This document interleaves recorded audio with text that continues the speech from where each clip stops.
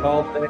Oh, yep. Okay, Richard, scientist and entrepreneur for decades now, building a lot of interesting stuff, knowledgeable in biotech, talking to a lot of people in biotech. I mean, Richard, good catching up. Armin, I'm just delighted to be here. Thank you for having me on this call. So we were just talking before we hit the record button, Richard, obviously there's a lot of, bad chatter about biotech these days. So, what are your thoughts? Like, where do you see, opportunities? What trends are you observing on the ground when you talk to founder friends, investors, or other folks? Well, I think the main thing I see in biotech is that the opportunities are still out there. The path forward that I see is really biotech companies that are addressing high unmet medical needs, where there are opportunities to really make a difference in patient lives, and do that in a way that is cost effective. And so I really see that as the big opportunity here. We have had a shakeout, and we are continuing to have a shakeout in the industry. I'm sure you know that 2020, 2021, there were a ton of biotech companies that transitioned from privately held to publicly held. Right. And we have seen losses in value, losses in market cap on the order of, in some cases, 95+% for a lot of these companies. Quite frankly, what I read in that is that if you look at the companies that have really floundered here in this market, they are companies that were founded on a technology but didn't have a product yet when they took that IPO plunge. Those are the ones that have taken the greatest beating in the marketplace. Those are the ones, quite frankly, that are going away because they can't raise that next round of capital. And so we're going to start seeing a vacuum here in the biotech space, in which there are now room for other companies with products. And I have a company called Reglagene, and we have a therapy that's in preclinical development. And I tell you, there's no way in the world I would do an IPO today. One, the market's bad, and two, it's too early. But you gotta do this at the right time, and the time is not now. I mean, if you're preclinical, absolutely the time is not now. But I think we're seeing a shakeout in the industry to where those that came on too fast are now exiting in a negative way. The companies are being liquidated, and the assets are being sold for whatever they can be sold for. And there's an opportunity there for investors, for new entrepreneurs, and for new technologies that are really product focused. Though you've got to have that product, that target product in mind right from the outset. The idea that one has great science that you're bringing out of a university or wherever, and can, and maybe if you plow money into my company, I might someday find a product that could make its way through the FDA and on to the market.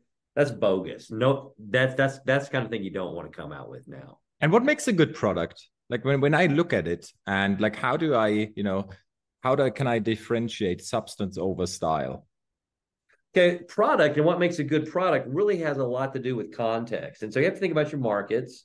What are the markets you're trying to hit? And so, for example, if you have a product for a rare disease, you can come with a pretty complex technology there, some kind of cell-based therapy, gene-based therapy, et cetera, because I guess I always go back to thinking about cost of goods here. And so for therapies that will achieve a small patient population, I believe those are ideal for these costlier therapies. And again, I want to couch this in that cost of goods argument. For therapies that have a broader implication, and not just thinking about markets like the United States, where we still largely have pricing freedom, but markets outside the U.S. that will have single payer systems, and that pricing freedom is not there. One has to really pay attention to the anticipated cost of goods for a product if you are looking for worldwide, or at least major market distribution outside the U.S. My company in particular, we still focus on what are known as small molecule therapies, Small molecules are what you think of. These are the therapies that are by and large in pill form. Easy to manufacture, cheap to manufacture, easy to distribute. Patient can take these at home. There's no appointment at the clinic for an IV infusion or anything like that. And so if you're thinking about a broader market distribution of a potential therapy, the simpler and the lower cost you can make the therapy, the better off you're going to be. But back to the first point, if you're looking at rare diseases and life-saving therapies for rare diseases, and you're looking at the U.S. market, then those gene therapies, cell therapies, et cetera, they make a lot of sense. Interesting. Interesting. And obviously you have a solid product in place. You mentioned Reglagene before. So what's what's the problem that you are solving? Like, give us a little bit, what does a solid product look like, for you, and how did you kind of like start it?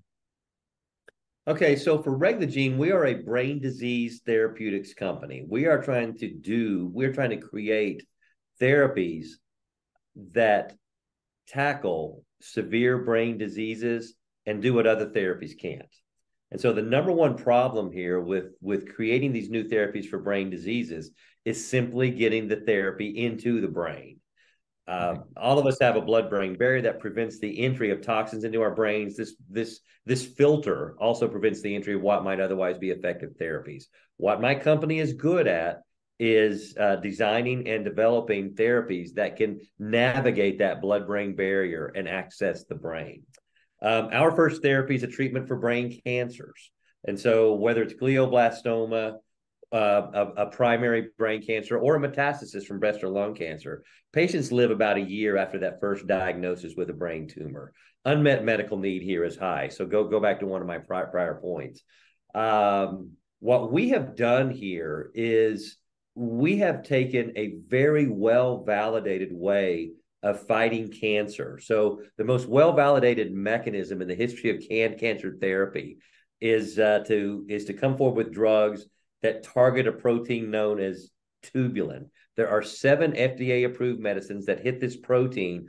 All have achieved clinical and commercial success, durable remissions, 10-year remissions or longer for patients that have been on these types of therapies, unless a patient has a brain tumor. And the problem is that none of these 7 therapies can navigate the blood-brain barrier. So what we have done is design the most brain penetrant tubulin targeting therapy that's been brought forward. And so our brain penetration.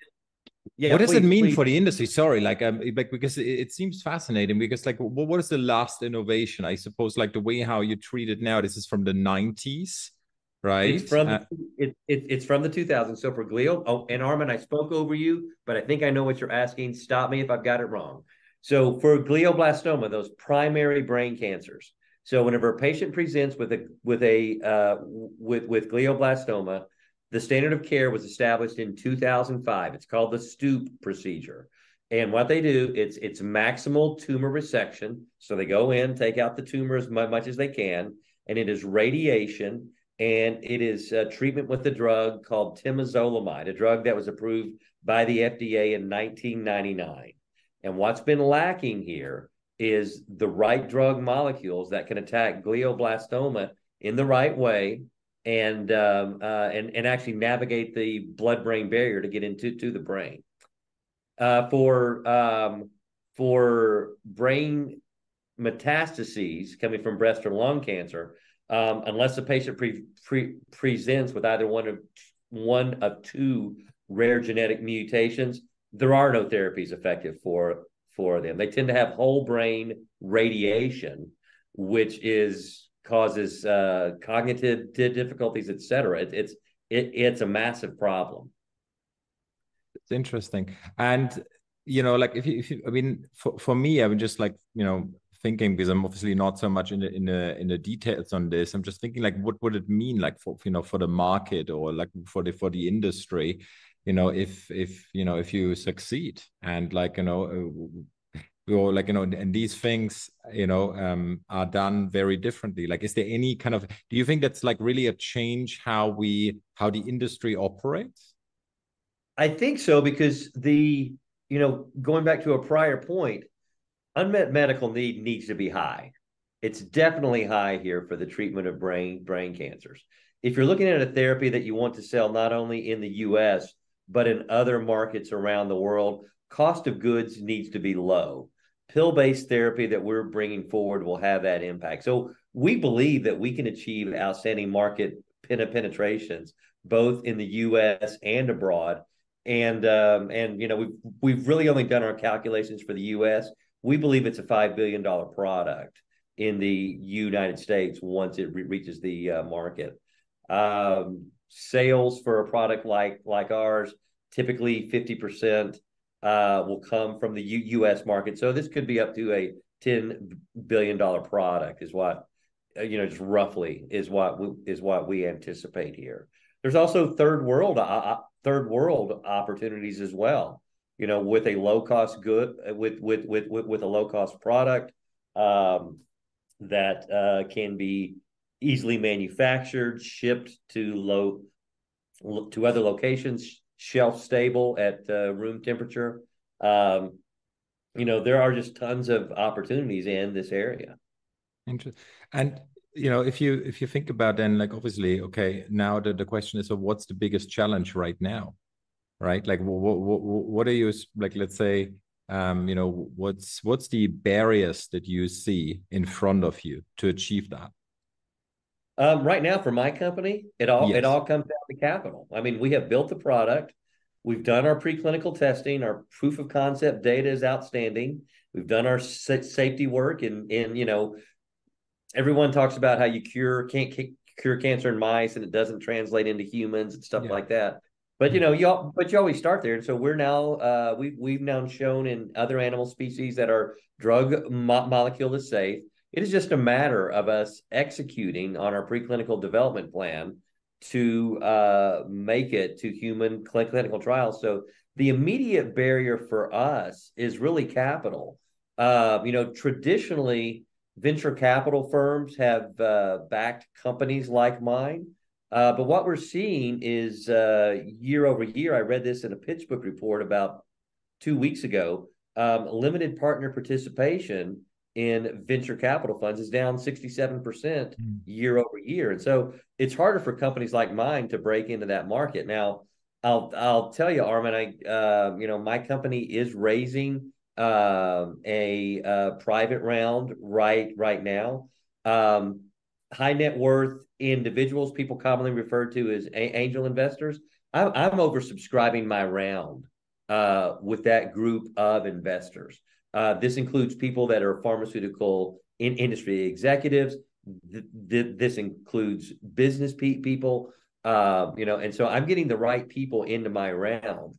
But as we go forward, these costs rise, and I have to find a way to get to larger check sizes so we can actually take a therapy into the clinic. And so the big barrier for us is breaking into what I call the capital big leagues, going from where we are today, which, my investors love what we're doing. Many of them have even written as many as 5 checks into my company. They've been with us since the beginning and see our growth, see our development. But now it's time for us to transition, and the markets are such that it's difficult to do that. Well, that might change soon, though. Let's see. Okay, so Richard, if people want to smarten up a little bit, obviously this was a little bit, just on the surface conversation. We talked about a couple of, big trends. We talked a little bit about what a product, should look like, what you want to, have sorted. But like, when people want to smarten up, like, where should they go? Smarten up on Reglagene. Yeah. Oh, smarten up on Reglagene. Yes. Oh, I need them to call me. That's the obvious answer. No. We've got it depends on who the people are and what their needs are. If you're talking to the investor class, the groups that have invested in us, they write what is known as a due diligence report. Right. And so we certainly have those. And so if you're investor class and you want to know what we look like as an investment, we've got that. If you are a pharmaceutical company or you're interested in partnering with us to develop for example, our brain cancer asset, we have a document that spells out the fundamental data on our brain cancer therapy, how we see the market playing out for this therapy, the remainder of our preclinical development plan, our clinical development plan, how we see ourselves able to stratify patients to choose those that are going to be great responders to our drug. And so we've got that document, and we can share, and we can share that with interested parties. That's really the two big classes that we're talking to right now are investors and pharmaceutical partners. We have talked to some pharmaceutical companies that have approached us about mergers. We feel it's a little early for us to do that, and I'm talking smaller companies, not the big players out there like the Mercs or anything like that. They don't want to merge with us, quite obviously. But these smaller players who see our additive ability bringing some additional level of strength, we feel like we've got a lot of value to build in the very near term. And so we're not looking for anything like that, but certainly partners that would like to help us develop our therapy to get it into the clinic, get it through those first few phases of human clinical trials. We're certainly talking to companies on that level. Wow. Before we wrap this up, Richard, like what smart questions should I have asked you? What are people asking you these days a lot? Well, I tell you, with this open round, our investors, it's what does the exit look like, and so so how long are you in this game with us? Well, the truth is that for therapeutics companies, most of these do exit. Not most. Let me say about 50-50. Everyone, companies like us that I believe are doing it the right way. We always present ourselves as future IPO companies. Even when this market is terrible right now, we always present ourselves as future IPO companies. On the NASDAQ alone, since 2018, there have been over 320 therapeutics companies that have gone public. And 84% of these have gone public prior to completing a phase 2 human clinical trial. About a third of those have been preclinical, third of those phase 1, third of those phase 2.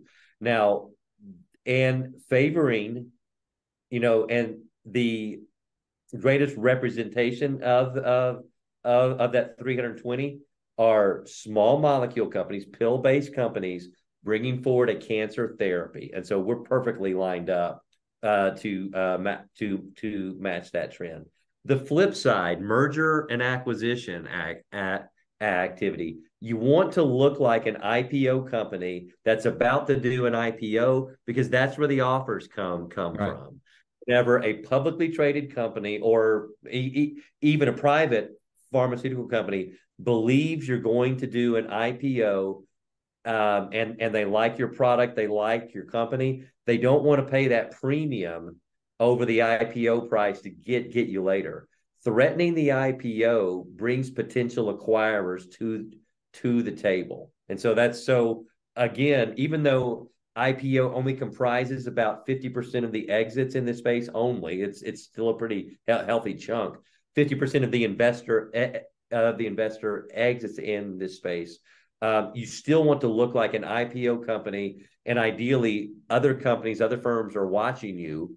And then, when you're reaching that committed point for the IPO, that's when the offers start to come. So quite frankly, Armin, we're just focused today on just building a great company. I'm not trying to sell the company. I'm not actively trying to market our company to any pharmaceutical partners. We have got to build a great company, hopefully someday be ready for an IPO with acceptable markets.